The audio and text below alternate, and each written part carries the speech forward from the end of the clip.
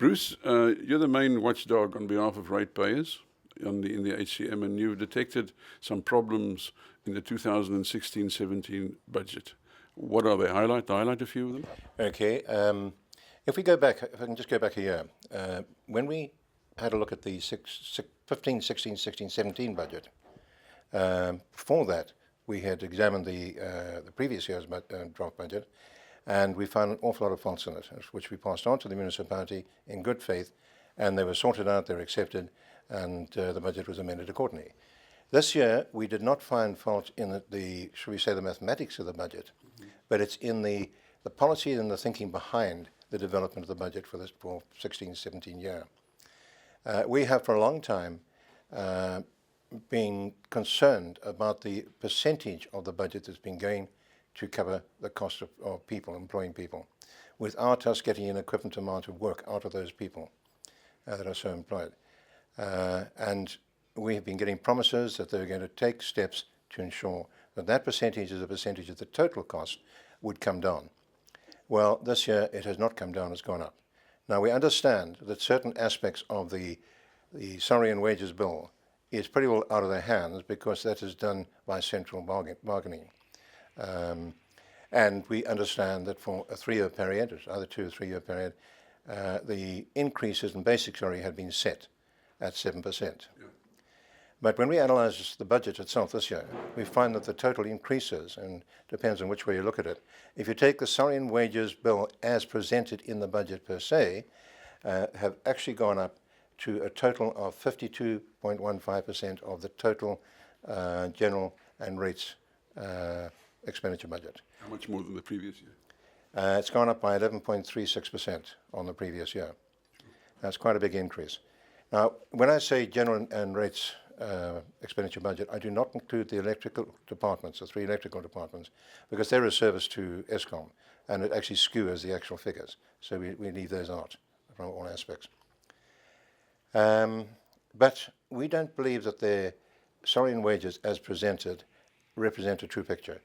Because if you go back a number of years, your municipality used to do all its own work. They didn't contract out work to contracting firms. Today they contract out a lot of work, particularly for the verge cutting and road repairs, etc. And if we include those into the budget as well, into the wages and salary, the cost of those contracts, and the costs not only of the contracted workers, but for professional fees, where they have to hire in other people to do the work that they should be doing themselves. And what about consultants? No, I don't include consultant fees in here, purely professional fees. That's gone up by 13.95%, which now brings the total, should we say, salary, wages, including the professional fees and the contract costs, brings it up to 56.67% of the total budget. Now, that's totally untenable. It cannot continue to go that way, because what is happening is that you're getting more and more money going to people who are doing, apparently, or appear to be doing less and less work. Certainly from the studies we've done of the productivity they do, and they're having to contract more work out because of that, instead of doing it themselves. But there's less and less funding available to actually to get the wherewith to do the work with. In other words, to pay for the inputs, to pay for the equipment they need in order to be able to mend roads, repair potholes, and so on and so forth. The cash left for inputs and equipment to do the work is reduced to reduced to 47.33% from 48.73% of the total spend. The actual reduction is 5.36% of the total spend, and if you add in the inflationary factor of 7%, the reduction in buying power in real terms comes down by 10.66% over the previous year. Now, one of the reasons why it's come down to that extent is because the overall increase in the spend in the general and rates expenditure budget is only 1.7%. So now you've increased your salary and wages by a high percentage. You've only got a total increase of a slight amount. So naturally, the total reduction in what's left for the rest of the work to be done is going to be great. So we've got a situation now where you've got a lot of people, as I say, being paid a lot of money, and on average, from the statistics that I've managed to get hold of, local government workers particularly at the lower end of the scale, are paid a third as much as workers in the private sector doing the same sort of jobs. So they're paid more, they're getting more, and they're doing less. Now, we've been monitoring, as I said before, the actual work teams in a number of the different areas. And we've seen productivity as low as just over 30%. But in the main, it comes in at about 30%, about 50%. Mainly due to the fact that they will not sign in using the electronic equipment which is available, which costs the municipality a lot of money. Because they don't sign in using that, the managers don't have a clear idea as to exactly who arrives when and when they leave work.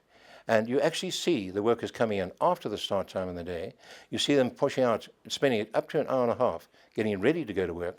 They go to work, and then they work very few hours during the day because they take long gaps for their tea, long gaps for their lunch, and shortly after lunch, they climb up in their trucks and they go back to work. And they leave from work sometimes as early as 2:30 in the afternoon.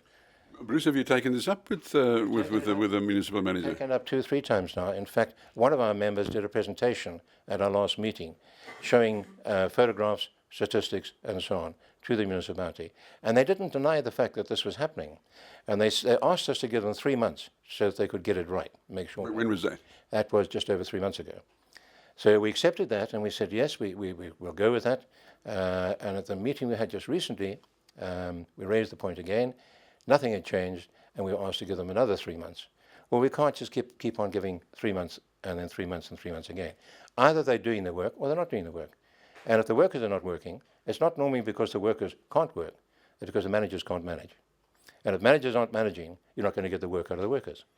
So it means that it's costing us, the few of us who pay rates in this particular municipality, most of us who live along the coast, costing us more and more to maintain.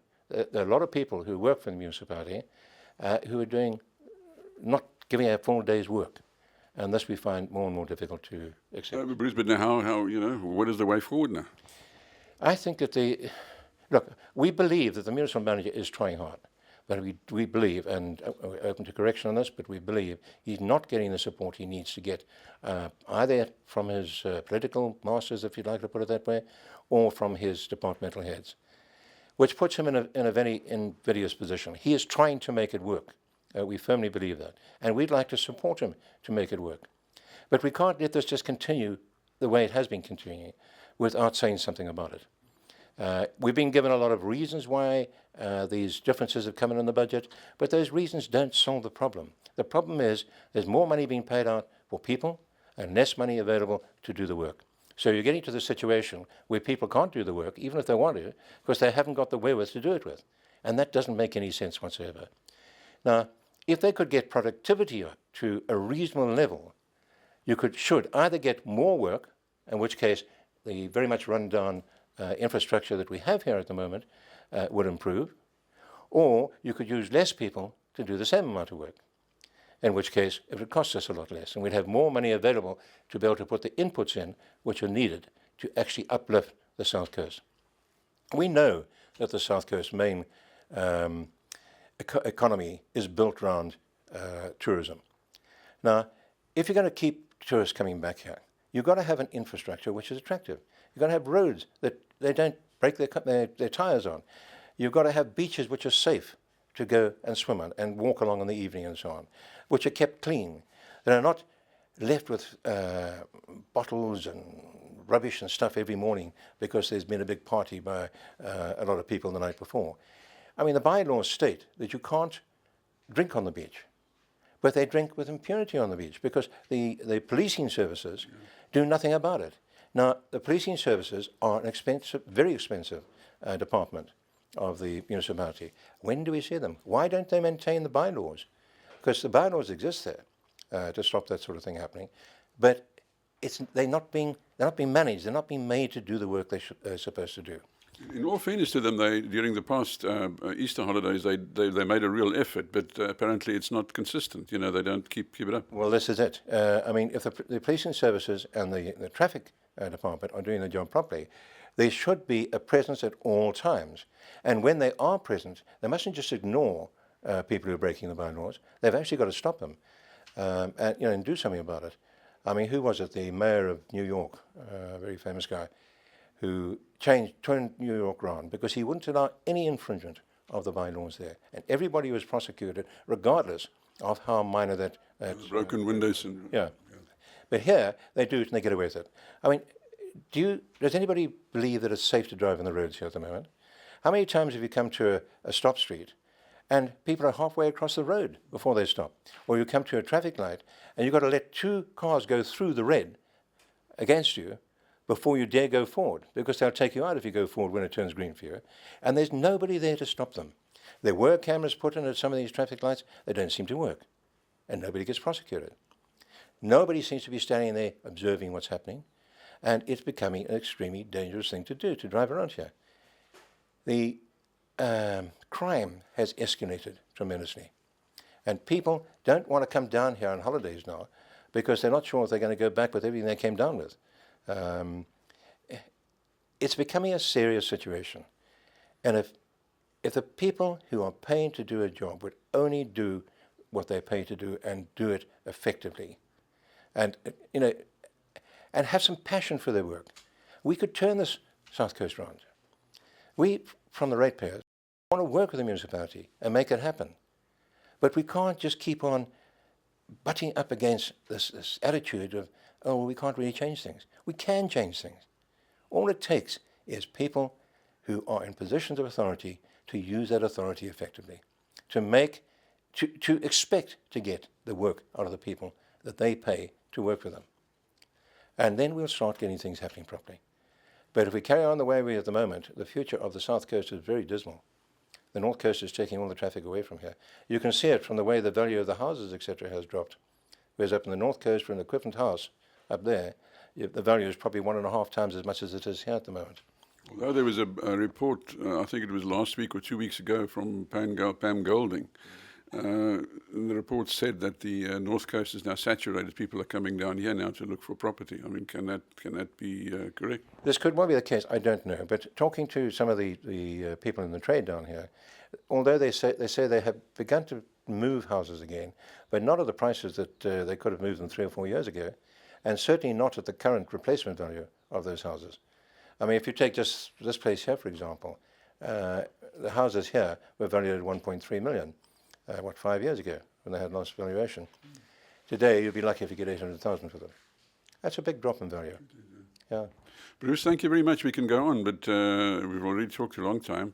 Anyway, we'll see where we go. We'll approach the the HCM and see what they say about what you've said. Okay.